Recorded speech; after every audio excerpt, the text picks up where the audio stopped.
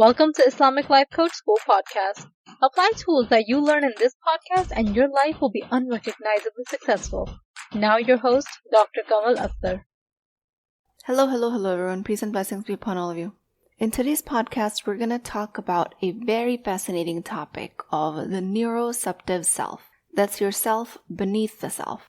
There's an aware version of you that you're very familiar with. She wakes up in the morning and decides what to wear, how to respond to a text, how to behave at work, how to speak to your spouse. She's the version that's listening to this podcast, maybe while multitasking, and she operates in full sentences to be able to do this. She's the one who reads, journals, explains, reflects. You might be very familiar with her, and she is your aware self. But underneath her, working constantly behind the scenes, is another version of you. That's your neuroceptive self, the version that never stops working even while asleep. She doesn't use language, she doesn't weigh pros and cons, she just reacts. She just feels without understanding where that's coming from. It's instant, intuitive, mostly without permission. So I based this term on a concept of neuroception, which is a term coined by Dr. Porges of polyvagal theory. It refers to your nervous system's non-conscious detection of safety or danger around you. This happens without the involvement of your thinking mind. It picks up on facial expressions, tone of voice, clutter in the room, the presence of a closed door, or the way someone exhales. The neuroceptive self uses these cues to determine if you're safe or not. And the answer does not come in words because, again, it bypasses your thinking brain. It comes in sensations, a tight chest, a burst of warmth, a shallow breath, tingling arms, dry mouth, expansive shoulders. Your neuroceptive self only speaks in the felt sense. Now, most people in the world walk around completely unaware that this internal surveillance system even exists. They feel anxious, but they can't name why. They feel drained after a conversation that wasn't even that bad. They dread family gatherings even though everyone is nice. This is neuroception at work. It's detecting what your conscious mind is not able to pick up. It makes meaning without your mind giving it language. Your neuroceptive self is a sacred, beautiful part of your design. It's the bridge between your body and your reality. If you don't understand yet what it's saying, or worse, if you've been trained to dismiss what it's saying, you will live in confusion.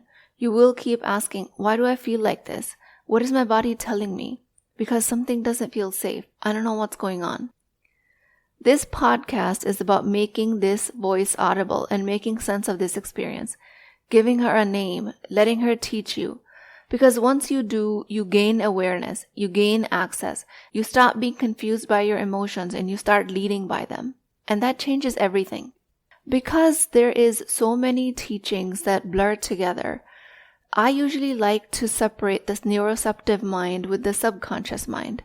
They very often work together. They both live below the awareness. They both influence your behavior before you consciously decide anything. But they're not the same thing. Think of your subconscious mind as a massive inner library. It stores memories, beliefs, learned behaviors, identity scripts. It's shaped by repeated experiences, imprints, emotional intensity. In NLP and in coaching, we access the subconscious through imagery, sometimes metaphors and language. Your neuroceptive self, on the other hand, is not a library. She's a scanner. She's your body's built-in surveillance system. Always on, always decoding your environment, always asking one core question: am I safe? This is your internal threat detection system. She doesn't care about your thoughts. She doesn't care if you understand the trauma theory. She doesn't even care if you've done the work. If your husband exhales sharply and that tone matches something threatening from your past, it will make your body flinch because that's what it neurocepts. If your boss pauses before speaking, your heart rate might spike, long before you're able to make sense of it in sentences, all because your neuroception works faster than your awareness. As a result of all of this, my clients sometimes say, I know I'm safe, but my body doesn't believe it. I don't know why. I know my friend cares, but I don't feel like she's okay after we talked. I know my marriage is fine, but I keep waiting for something to go wrong. This is not you being dramatic. This is not you being ungrateful. This is not emotional immaturity. This is your neuroceptive self, the part of nervous system that makes sense of things without the conscious mind catching up.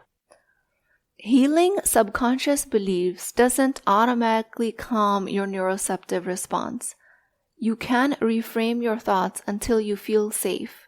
You can journal, you can get coaching, you can get therapy, but you might still experience tension in your relationships if your neuroceptive self codes for danger. The biggest reason I wanted to bring this to your attention today is because if you don't understand this distinction, you will start to shame yourself for being triggered. You'll think, I've already worked on this, I've already forgiven them, or I thought I was past this. You'll assume that your recurrent pain is failure, when really it's just neuroception. It's your nervous system still doing its job based on outdated cues. So yes, both the subconscious mind and the neuroceptive self operate beneath the surface. Both influence your emotional reality, but the difference is the subconscious mind largely holds beliefs. It stores them in the body. Neuroception delivers sensations to the body. It's like an antenna always at work. And the healing isn't complete until you work on both. Your neuroceptive self is always making meaning, not just about big things like conflict or trauma, but about every eye contact, every pause, every tone, every argument.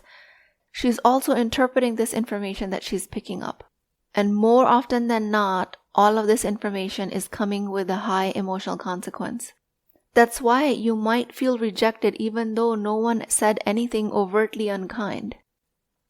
In coaching, I call this symptom a slippery brain when a woman will come and say things like, "It's not like I'm broke. I know I'm fine financially, but I still freeze when I check my account." So this sentence of "it's not like I'm broke" has been interpreted by the neuroceptive self as, yes, you are broke. But the conscious mind doesn't let you acknowledge that pain. So the only thing that comes up is that slippery sense of, I don't know what's wrong. Or they may also say, "It's not like I think my friend doesn't care, but I get this pit in my stomach whenever we part ways, whenever she doesn't reply to me." It's the same sentence. It's not like I think my friend doesn't care, when really your neuroceptive self is saying exactly that your friend doesn't care. My clients will say things to me like, "It's not like I think my husband means to hurt me.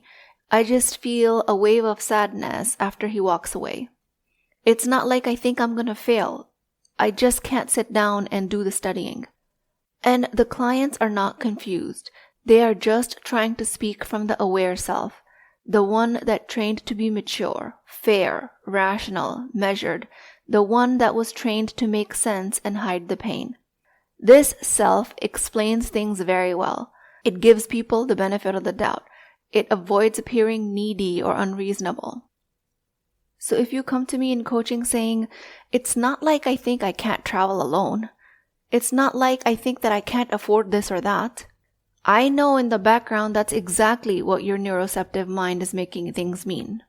But your aware self is what hides it. Just because it wants to hide the message that admitting to the husband not paying attention, or the friend not responding, or you not being rich enough to have the next travel adventure, the aware and conscious mind is going to suppress these painful stories. So then I have to coach on a condition I call the slippery brain, where the sentence starts with, "It's not like," fill in the blanks, when the answer is, "It's exactly like that." So how it's working is that your neuroceptive self creates a painful narrative, and you feel it before you can craft a narrative or words about it. But what comes out of your mouth is, "He's probably tired." And you convince yourself that it's probably my old patterns. And what gets labeled as emotional reactivity is very often your neuroceptive self begging to be heard before she gets silenced by logic. And if you constantly override this felt sense, if you explain away the hurt without acknowledging it, you miss the opportunity to heal. This slippery mind business is very tricky because it's the part where you're thinking that doesn't lie, but slides too quickly into explanations. It rushes past the pain and lands in neat conclusions that keep you and everyone else comfortable. Well, it keeps you comfortable on the surface, but underneath you do have emotional turmoil that needs to be dealt with. And this is why many brilliant, thoughtful, spiritually committed women feel stuck. Because their neuroception is still on very high alert and they have not been able to interpret those messages.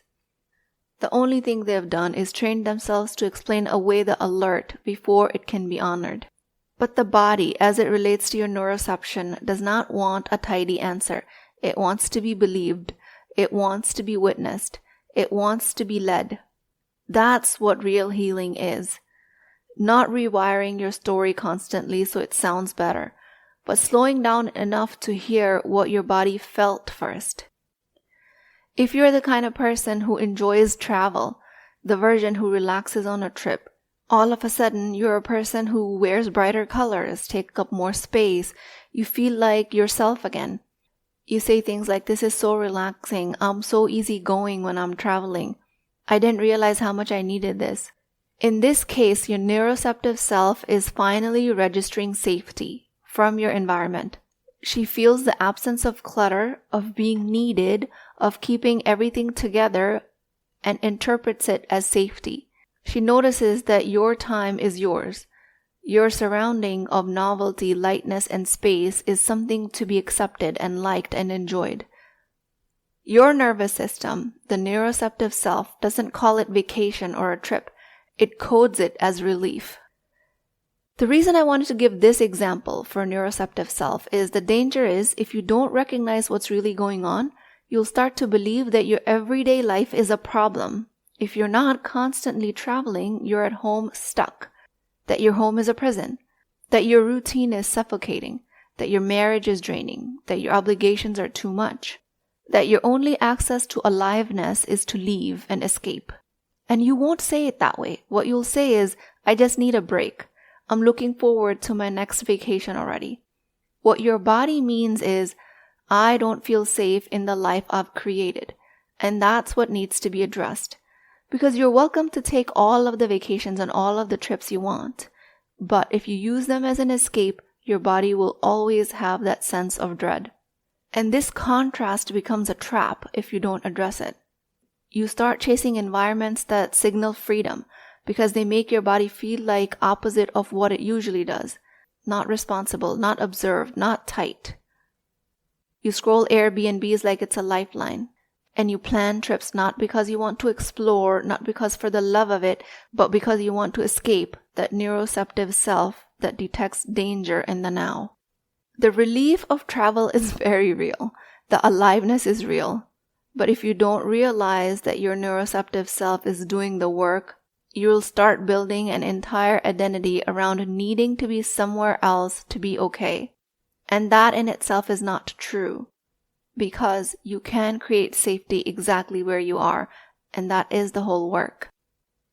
If you don't come to this recognition, your real life becomes the enemy. You resent your children's needs, you resent work, your colleagues, your routine. It is never your location that changes you. It is always your nervous system responding to cues that changes you. If you can learn to decode those cues, you can learn what your neuroception loves about certain places and learn how to recreate those signals inside your daily life, even if they're on a microdose level. The question that needs your attention is, can you bring home the version of you who exists when you're away? Can you teach your nervous system the same level of safety when you're folding laundry or when you're paying bills? How are you going to get to feel the freedom inside devotion, inside the life you've already chosen? You can train your neuroceptive self not through lectures but through felt experience. The sigh of a parent, a slam of a door, an unpredictable mood of a caregiver, all of that brings early childhood programming into you. Then neuroceptive self, when it interprets things, it says, love can disappear without warning. Being seen is risky. Connection always ends in rejection. Silence means danger. And as an adult, you go through your entire life believing that those things are absolute truths. And I have a podcast on imprints exactly for this reason, because these repeated patterns become imprints, very deeply wired subconscious beliefs that seem like truth, repeated on a somatic level, absorbed over and over by your nervous system. And now, as an adult, even if your relationships are stable, even if you have an abundant financial life, even if you're trying your level best to be spiritually sound and faithful, your body might still be on alert. This is why so many high-functioning women are exhausted. They're constantly trying to fix something in the present that's actually coming from the past. Your neuroceptive self is a beautiful design, but all you have to start thinking and believing is that you're no longer a child. You're no longer in survival mode. Your neuroceptive self still expects to be blamed, abandoned, dismissed, and hurt, but that isn't necessarily always what's going to happen. Your felt sense of safety is not anywhere else. It's inside your relationship with your body. It's inside your relationship with Allah subhanahu wa ta'ala. And when you rebuild that relationship, your entire life begins to respond to it. With that, I pray to Allah subhanahu wa ta'ala, O Allah, the turner of hearts and the knower of what is hidden, turn my inner signals towards peace. Soften my reflexes of fear and replace them with a sense of safety that you have provided me through your mercy. Ya Allah, replace my survival with the gentleness that is around me, my constant fears with the thoughts of your memory and your dhikr. Replace my confusion with clarity of trusting you, O Allah. Ameen Ya Rabbul Alameen. Please keep me in your du'as. I will talk to you guys next time. If you're interested in getting coached by me, I'm offering a very affordable opportunity to do that with Wisdom Wednesdays. This is not a course, not a lecture. This is an opportunity for live coaching, real change with Islamic adab and etiquette. You do not need more information. You actually need a space to create change. At $19.99 a month, which is the price of takeout dinner, you as a Muslim woman will create confidence, intimacy, and connection without shame or fear of judgment, because your privacy is my highest priority. So join at www.islamiclifecoachschool.com. Resources, Wisdom Wednesdays. I'll see you inside, inshallah.